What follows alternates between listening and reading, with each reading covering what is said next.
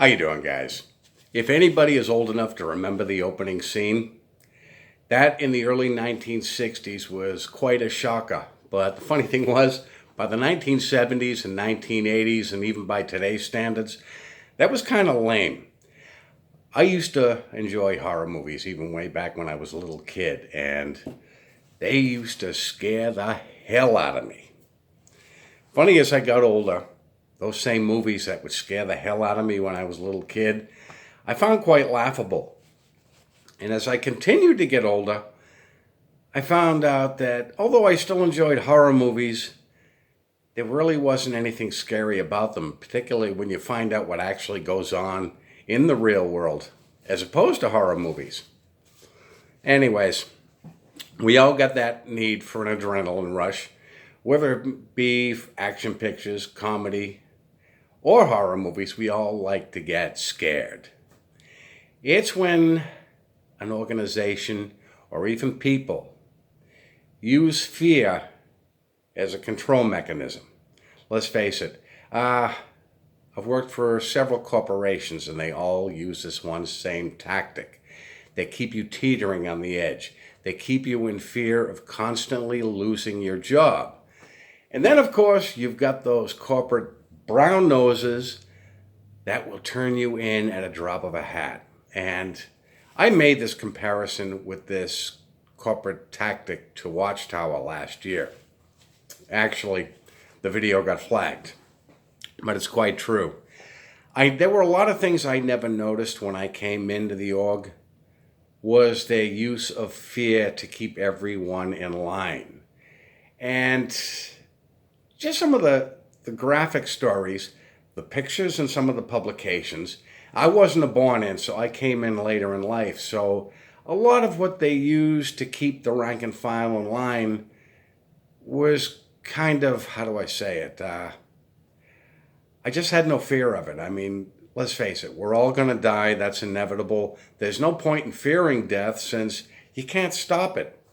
But they would try to keep you under the impression that if you are not at the Kingdom Hall at this particular time when the shit hits the fan, you're dead. Which was kind of unrealistic. I mean, what happens if it's like in between the meeting, you're home at dinner time, not a meeting night, and Armageddon hits? And I never once considered, now we had young people in the hall, every hall has them. They were hearing these same stories. We all heard how billions of people were going to be massacred at the War of Armageddon and have their eyes picked out by the birds. They'd be fertilizer for the earth. Which, and we remember Tony Morris several years ago with his weenie roast talk. And the funny thing was, as far as Tony Morris, the drunken bastard, goes, as far as his military background, I kind of question it. Anybody who has been that close to combat, I'm sorry, doesn't go into descriptive tales about what he went through in combat. They may mention it, but they don't really describe it in detail. Unless, of course, like this yin yang did, and tried to get everybody in fear of what Armageddon was going to be like, when in all honesty, how the hell would that son of a bitch know? He doesn't know. But when I heard that talk, I was already out by the time I had heard that. And I'm thinking, what about these little kids when they hear this? Little kids are very impressionable. And like I said, when I was very, very young, the simplest horror movies used to scare the hell out of me. And I watch them today and I kind of laugh at it. But I'm thinking, what if this fear tactic was continually used throughout their entire life and keeping them once again in this little bubble, this little fear bubble, relying on an organization to tell them what's what, and they're constantly living in fear. Not only are they living in fear of Armageddon, but they live in fear of being disfellowshipped. They live in fear of being reproved. They live in fear of being mocked. They live in fear of their so-called family and friends turning them in.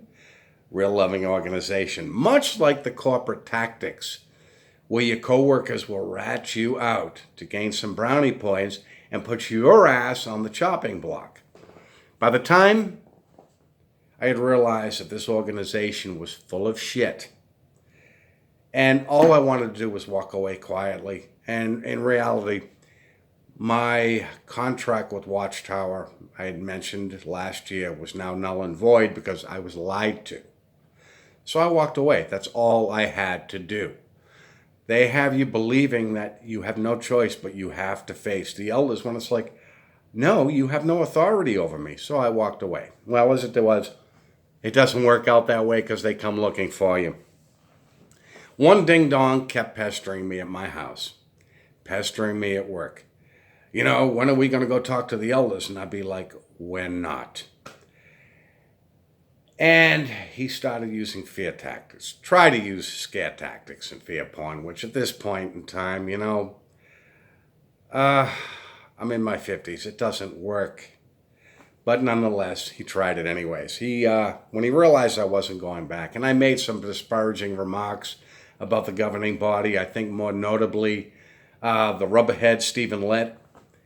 And he says to me, now, the thing was, he mentioned something, and he even couldn't get the Bible character right. And he says, well, you know, when those kids made fun of the Apostle Paul, that bear came out of nowhere and ate them. And I'm like, well, I believe that was Elijah. And he says, no, that was the Apostle Paul. And I says, no, it's in 2 Kings. That was Elijah. And I started looking around. Well, you know, we're sitting here on the water. I don't think there's going to be any bears here.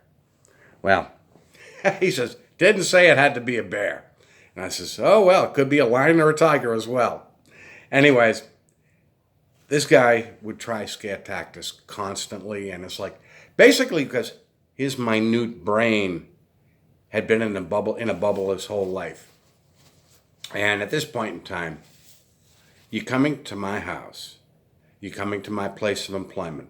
You're pestering me over the phone, which I had multiple phones, so when I don't want to hear from somebody, I just turn the phone off and I'll use another phone. That's why.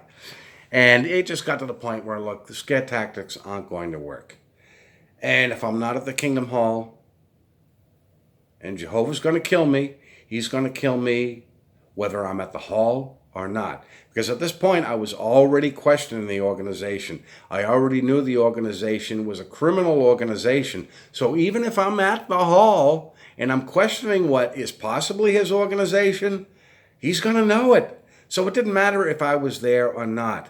But I felt sorry for the born-ins, because even while I was in, there was a lot of things I didn't consider about the people that were brought up in this organization. And I'm talking to a lot of people behind the scenes that were brought up in this organization, that were brought up with this fear factor constantly barreling down on them, whether it be the fear of Armageddon, whether it be the fear of being disfellowshipped, which, to be honest with you, when I was finally DF'd, it was like a big weight taken off of my shoulder. I felt a whole hell of a lot better.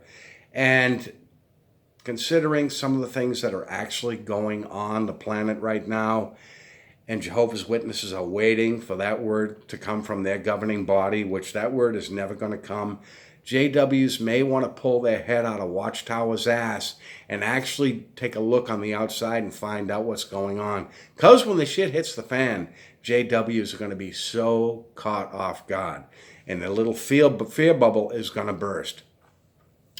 When I found out some years back what was actually going on the planet, it used to scare the hell out of me. I mean, behind the scenes, with the deep state, with depopulation and everything else. It used to scare the hell out of me. The funny thing was, the more and more and more I researched it, the less fearful I got.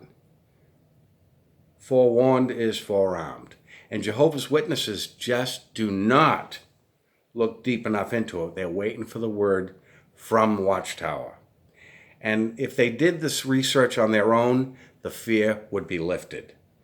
Anyways, guys, that's all I have for today. I just wanted to get that out there. I'd love to hear your thoughts on the subject. And thanks for dropping by. I will talk to you in a few days. You guys have a good day.